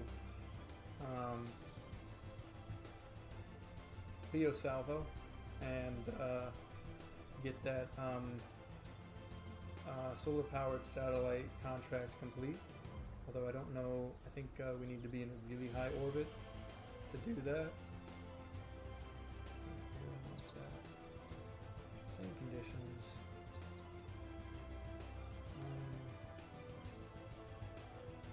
I'm gonna have someone else do it. Kyle, what have you been doing all this time? Let's see what you do. How you do, Kyle. Fill the tanks and launch. I hope I clicked that.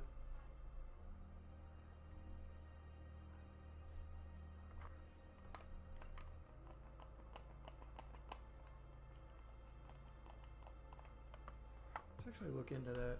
After we finish this one, I want to look into that. I want to see if we can build a satellite that will have solar panels that are capable of keeping it perpetually powered.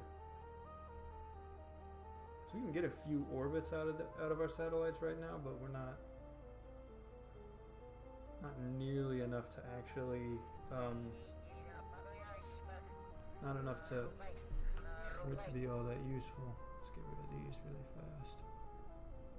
Okay. Go out to this view. I'd love to do them all in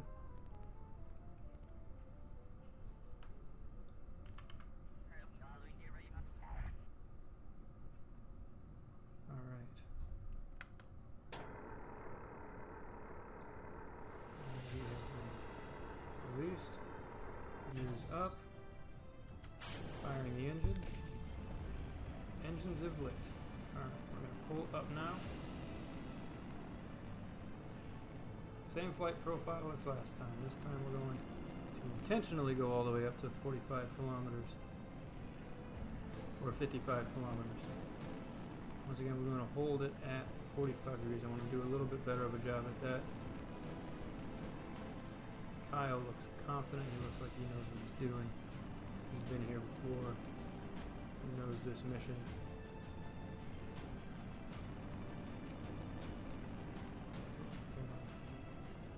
Oh. Too much roll there, Kyle.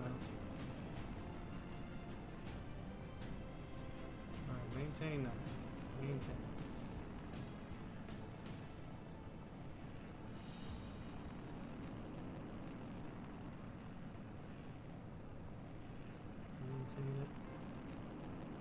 SAS is terrible with these, and I don't understand why. Like, SAS's only job is to maintain a certain thing, but for some reason it won't do the deflection needed to actually maintain an attitude.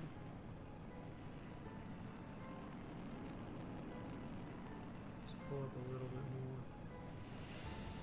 All the way. We want to keep going up. Come on. Come on, Kyle. Come on, Kyle.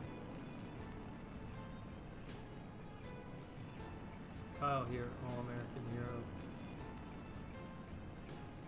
Well, he's not breaking any records this flight. He's one of the few pilots who is being considered for the first flight into space aboard the X-15 that we're going to design once and unlock it. And I would like to unlock it next, but we need those science experiments.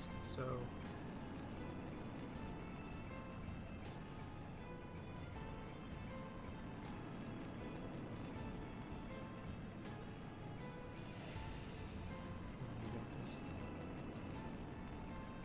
look at how much deflection we're putting into this thing. My pitch there is practically all the way up, and we're not getting all that much. We're barely maintaining this attitude. That's really showing how little air we have to bite into at this altitude. We're starting to get a little bit of a fight from it. So we want to kind of use our roll and our yaw to try and keep that under control. There's that.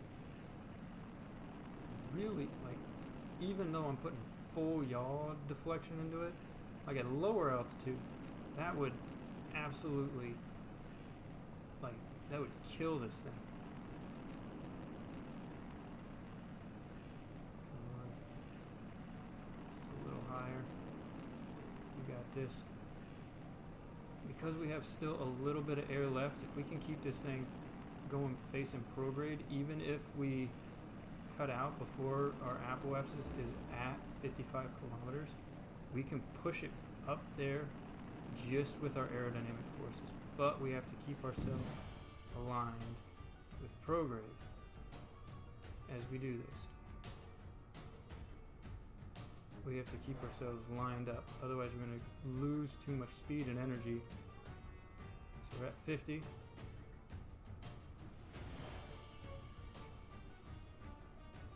$51, 50. Come on, come on, come on. You just gotta go a little higher. You just gotta go a little higher. Come on, Kyle. Get control. Kyle, you're not gonna make it. God Damn it, Kyle. Well, we got a good amount of science from that, but we're gonna have to try again. We're probably gonna have to pitch up a lot harder than we have been. I could add more of these engines onto the back, but I really don't want to do that. I could probably build a new X2 using the X2, a new supersonic research aircraft or a hypersonic research aircraft, which will use the X1, X2 cockpit here. Okay.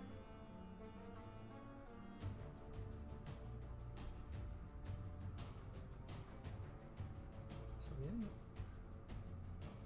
we are still getting crew report data. I didn't know we were getting that from up this high.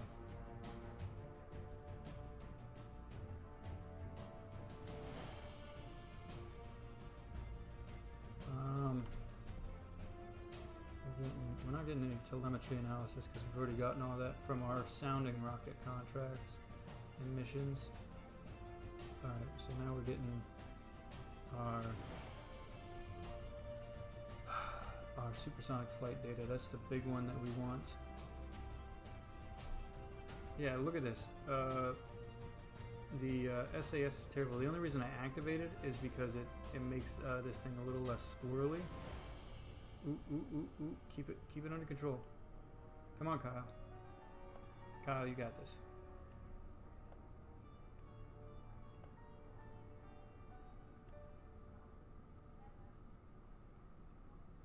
Keep it under control, Kyle. Nope. Too far. Hold it. Just like that. There we go. This is what... Nope, that's not what we want. Well, we would like to turn that way. Not at these speeds, not with kind of aerodynamic issues that we're having. Okay.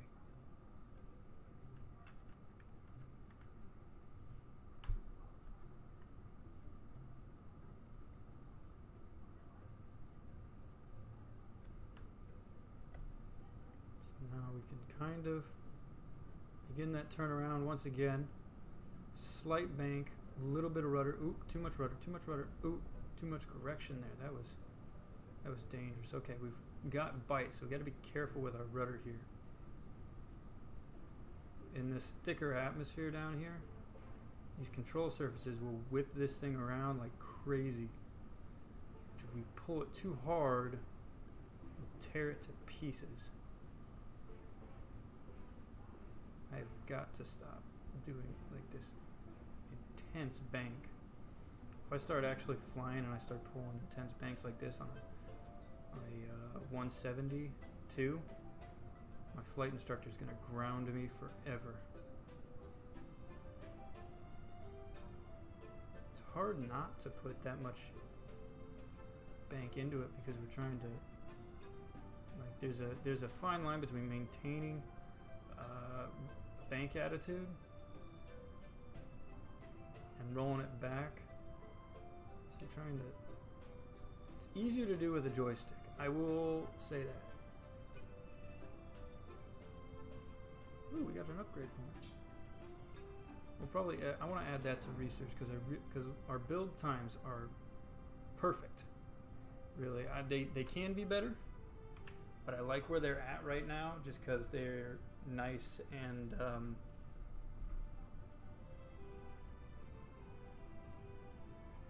the build times are nice and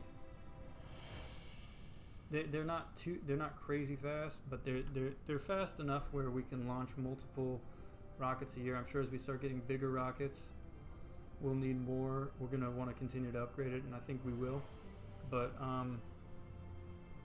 given that we didn't make any money off of this flight because we couldn't get quite the altitude we needed to, Armin is really our lucky guy. He's been able to complete a lot of the missions that we've needed him to complete.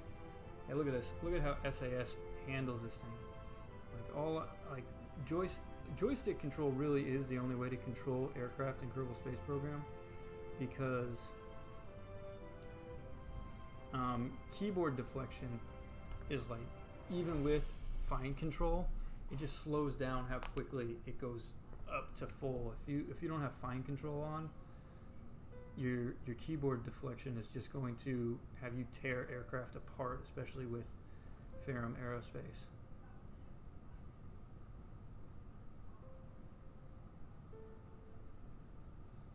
So I really, like, so that's why I plug my joystick in. One, because it feels really good when you control a vehicle with the joystick and you're able to bring it in and land it. Makes you feel like a real pilot. But also, too, because now that I've been using the joystick for so long, it's the only thing that I can use to control aircraft and be able to, like, control them well. Otherwise, I'm tearing wings off or making crazy, or knocking my pilot out with super ridiculously hard maneuvers, which is not something you want, especially if you're running a test pilot program and you want to feel like you're a good test pilot. I'm going to do a gentle bank with a little bit of rudder now. Oh, too much rudder, Pull up a little bit. Okay, there it is. The landing site, we want to pull back. I'm going to pull around back over to 4, 5. I'm going to zoom around over the Atlantic a little bit.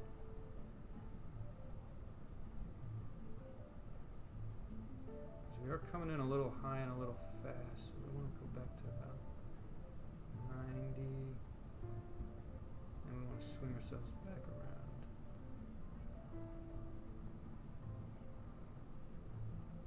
See, even at 2 times speed, with this joystick here, I'm able to really good control. I'm able to do some fine controls and some fine maneuvers.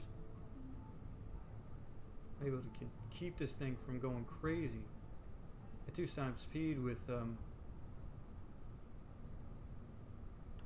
keyboard controls, you're going to find yourself zipping all over the place. I'm not going to land this at 2 times speed just because I don't feel like that's a good thing to do. Okay. We're at a good spot right now. I want to go a little bit more to the right. I want to center line ourselves up. I think we're coming in too fast. We're going to come around again and go for runway 9. So I want to zoom past it. We're going to come.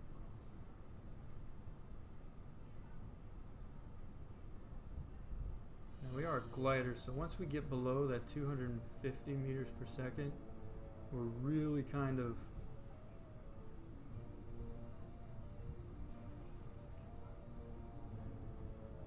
keep going down. We want to get ourselves below about 500 meters, but we want to keep our speed up a little bit because we're not coming in for landing quite yet.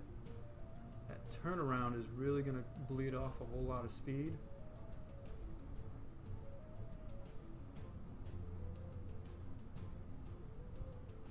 So we don't want to kick it so far that we're going to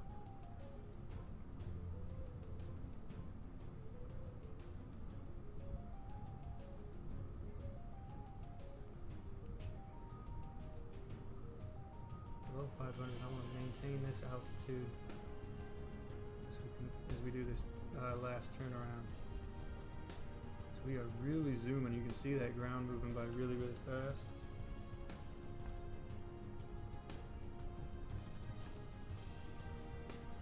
Pretty slow all the way down here. We're coming. Don't want to drop in. Also, don't want to go up because we don't want to. Because if you go up, that means you're going to pick up speed as you come back down. You're going to lose energy, but you're going to pick up speed on the way down, and on landing, that's really hard.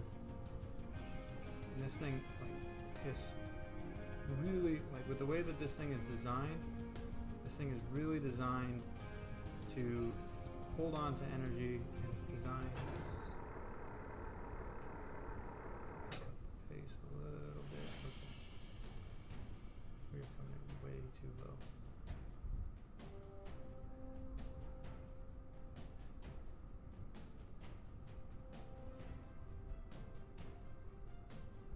could really land anywhere if we wanted to, but it's better to land on the runway than it is.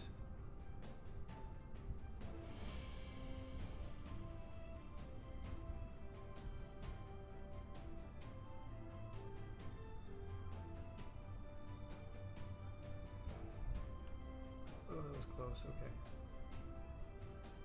Okay, ready? Okay, we need to level off here. Level it.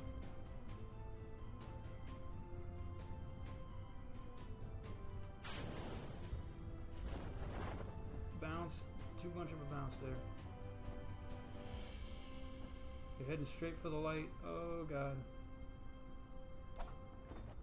Okay. Kyle, that was not the best landing I've ever seen in the world, so take a break for a little bit.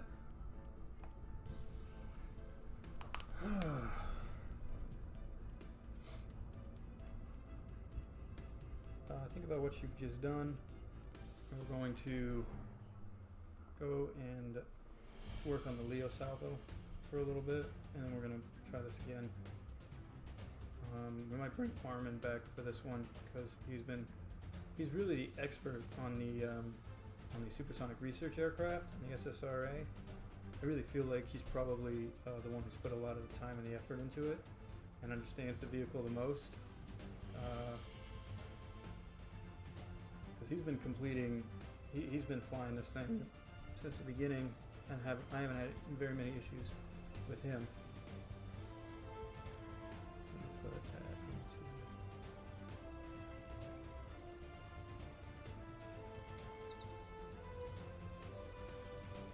So we did get enough to get that space. No, we've already got the satellite air technology collection. I want primitive solar panels or early avionics. So what will this get us? No, I don't want this. Oh, I was after entry, descent, and landing. I think hypersonic flight might be the next thing. We can get entry, descent, or landing. Hypersonic flight. You know what? Let's get hypersonic flight, and then the next thing we're gonna get is entry, descent, and landing. So let's go in here.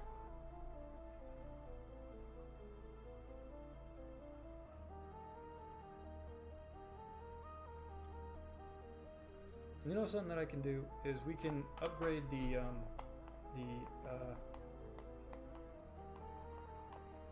can put it like right on the edge of the 20. I think we are on the edge of the 60-ton pad, and see what we can launch into space with that. Because I think if we get some better, so let's.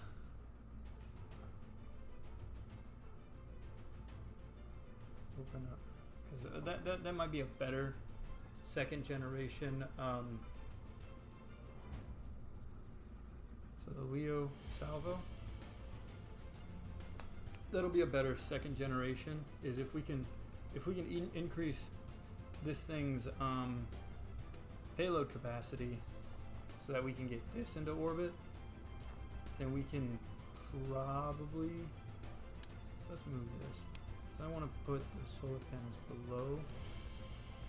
Okay, so we want a few of these.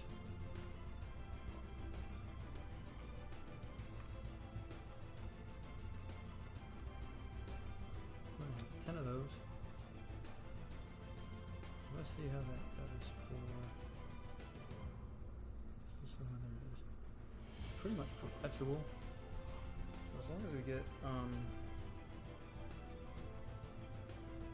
sunlight on it, it should be okay. And it could.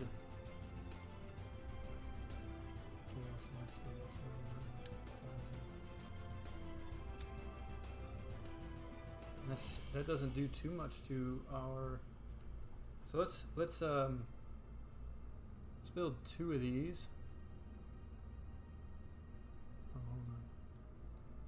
We don't have the solar panel available yet. Okay. We're going to save and continue. So we just need to wait for the solar panels to be built. I think I'm going to try and end the stream here.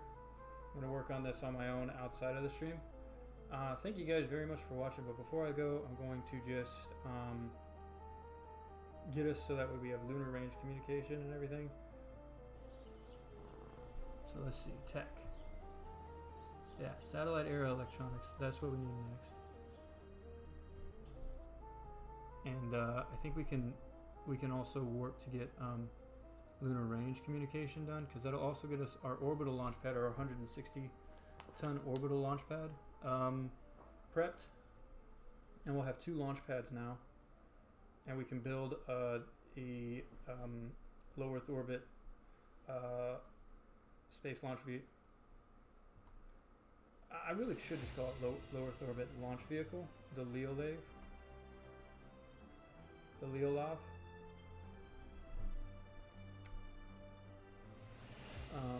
But we can build the second version of that. I'll build the second version of that in just kind of off screen, and I'll show it to you the next time I stream in a few days.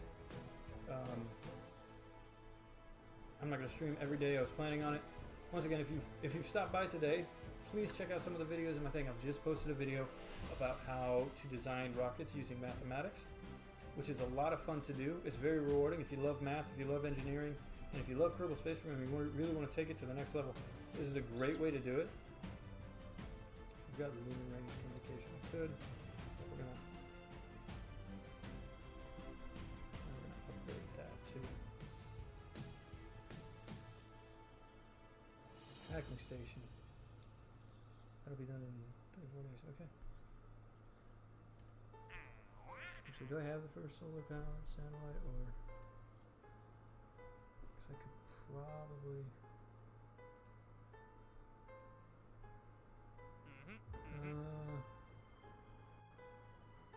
Periapsis is above 300 meters. Okay. Yeah. That'll give us enough money to be able to do it. So yeah. Let's I appreciate y'all stopping in and saying hi.